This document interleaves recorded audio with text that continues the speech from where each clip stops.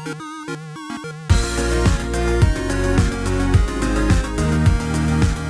everyone, welcome back to another Anime Kingdom Reviews. As see by the title below, this is on episode 2 of Attack on Titan Season 2. And honestly, how can you not like this episode? I mean, it was pretty much mainly focused on our favorite potato girl, Sasha. And I know there's some people that are going to be like, oh man, this was kind of slow. I'd rather than focus on like where's all the action the first one had and everything. Though it did have some pretty crazy action in this, so you can't really say that. And then again, I don't even know if there would be a lot of people that complain about this, because I know that there are a lot of people that do like Sasha. So maybe I'm wrong on that aspect, but honestly, I definitely enjoyed this episode. It's always awesome to see when an anime does like kind of a main focus on another of the characters, because sure, our main cast is Armin, Eden and Mikasa, and pretty much whenever they show their backstory and stuff like that, they're pretty much all intertwined in a way. When you look at one's backstory, it's connected to the other. So I mean, we never really got to see the backstory of all the other characters, all our other main cast,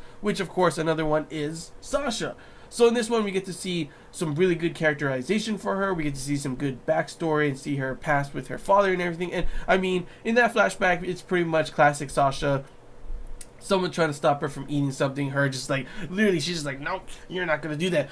Like pretty much punching her father in the face so she can eat that piece of meat. And it's pretty crazy to see that flashback in comparison to how she changes later on, including showing the flashback when they were back, training and everything as well. And it's just crazy because before, she's just, she was a scaredy cat. She was afraid and everything. She didn't want to go out in the outside world. She even showed, that she always acted super nice, and you can see the reason why. She was kind of scared to interact with some of the people as well.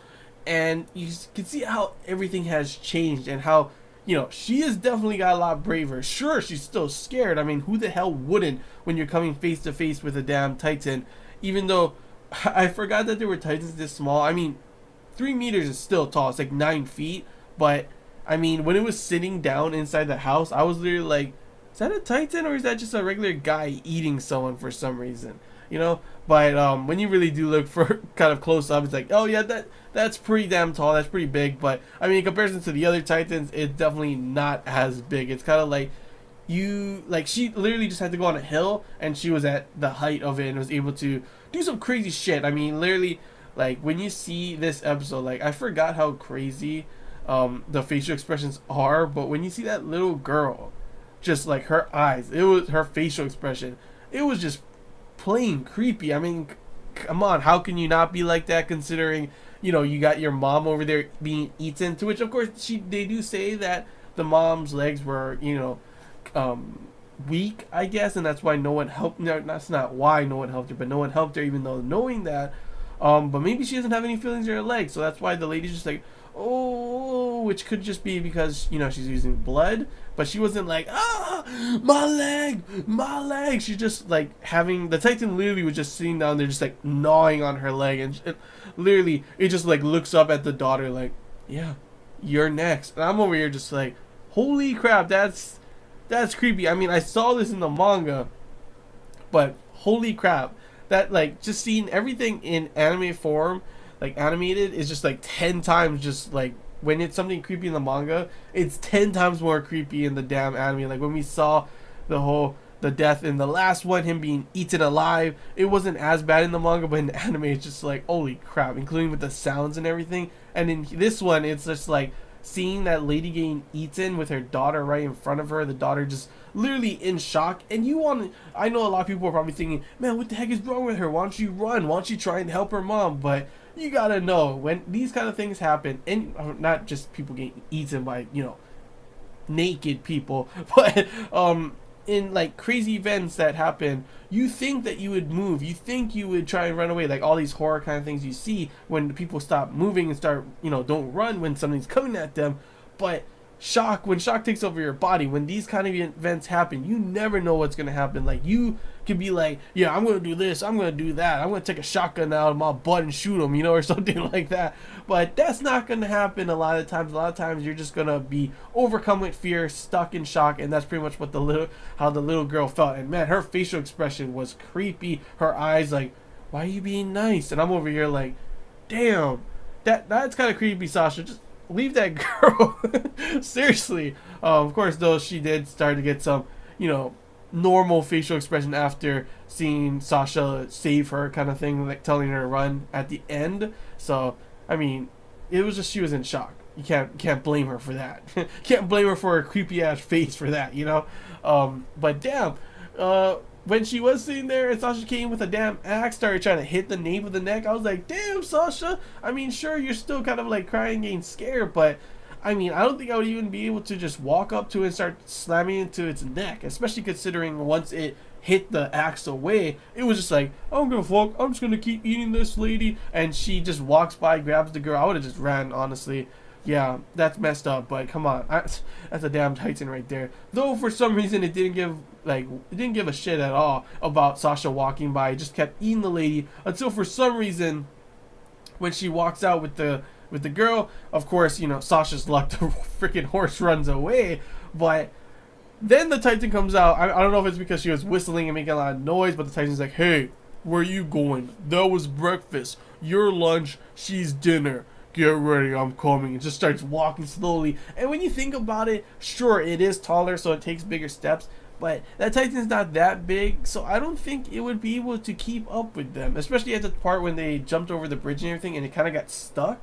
I think they could have outran it without her doing, you know, her crazy archery skills kind of thing. Though that, you know, specific scene was pretty damn badass. Sure, she missed, you know, most of the arrows, but she was able to get one in the eye. Who the hell would run straight up into its arms to stab in its eye? I definitely would not. That's why, literally, Sasha, props off to you, because that was bad ass. Especially when, like, it was grabbing her from, like, around her and she, like, slipped through with the blood. I was like, damn, what if it, you know, you couldn't slip through? That you're dead right there, even if you stabbed in its eye. You can't see for a little while, but it will regenerate, and honestly, after that, you're dead pretty much. But hey, props off to Sasha. She was able to do it. It was completely badass when we saw it. And then, of course, you know, the little girl was saved and she was reunited with her father, to which, of course, it was a nice scene seeing her father, you know, all happy for her. And you think, hey, everything's all good, you know, Sasha was able to save that girl. She met up with her father again. The rest of, you know, the scout regiment is coming as well. We also got to see, you know, kind of Hanji figure something out about the whole Titan thing. She was like trying to look through a microscope, and I guess she figured something out, to which of course she doesn't end up mentioning it yet. But the rest of the scout regiment is on its way, so things are looking bright, right? Nope. Next we have, in the next episode, will be, it looks like, Connie unfortunately running to his house. Oh, but we saw it in this episode, but pretty much Connie runs to his house and finds a damn Titan stuck on his house. Everyone dead in his village, or missing at least, and the Titan, somehow it's, you know, everyone's wondering, that's like one of the big mysteries of this, the first big mysteries of this series is, of course, like, how the hell did that Titan get on the house when obviously its legs and arms would not let it move? How the hell was it there? It's like it's been there for damn months by how it looks like it's never eaten anything either. So yeah, that's one of the big mysteries. I know a lot of anime watcher only are probably like, what the hell? How the heck did that get thing there? And of course, there's still the huge mystery of the damn Beast Titan, as we did not see it at all in this episode. But yeah, honestly, a pretty good episode. I definitely did enjoy it. This episode overall, though, it got me really thinking that it's weird because this episode only adapted one chapter from the manga. So I don't know, honestly. I don't know if there's, like, I haven't really been keeping up to date if there's been all of a sudden an announcement or rumors showing that there will be a second core later on in the year, but there's no way that there's not. There cannot be, like, this is one of the most popular anime right now, and I know it has a huge fan base. A lot of people were disappointed by the fact that there was only a 12 episode season, but there's no way. Like, a lot of animes lately have been doing it so that, you know, you have a 12 episode season here, and then later on in the year they have another, you know, 12 episode season. So that's what I'm thinking. It's kind of like Konosuba, kind of like Boku no Hero. They both did that, and a lot of animes lately have been doing that. So I think that's what's going on here. It kind of adds a little hype that you watch this and like, oh my gosh, I need to see more. And then like you have to wait till the end of the year, but it keeps Attack on Titan kind of fresh in your head, wanting more and everything. Because there's no way that there's not another, you know, season. Because literally, there's like 90 something chapters, and even if you do like 3 or even 5 chapters adapted for one episode, there is no way that it would not be enough for even like I think 24 episode seasons. So it really is disappointing that they're not just going straight up 24 episode season, but it makes me like, at least for now, like I didn't think it would only be 12 episodes already, and I was proven wrong. But honestly, cannot see it not having a second core with how popular it is, with how much content there is left in the manga still yet. I do not see that happening. So I want everyone to at least keep their hopes up that I'm pretty sure there will still be a second core after this. I know that some people would be like, man, they have an episode focused on Sasha when we only have 12 episodes in the season, you know? But trust me, it's worth it. It's good to have these characterizations, and I think I forget really if there's more characterization for other characters coming up, but I think that is going to happen. But I think the next one obviously is Connie and everything. But yeah, honestly, I have definitely enjoyed the episode. Definitely a good episode, mainly focused on Sasha, her characterization, her badassery with her rushing up to a damn Titan straight up in its arms and stabbing it with an arrow. Like literally, that scene is still on my mind. Like, how the hell?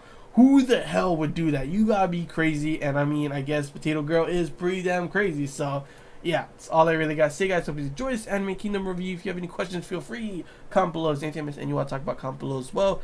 And if you did enjoy it, if you like, if you haven't already, feel free to subscribe for more content. And yeah, that's all I gotta say, guys. So till next time, see ya.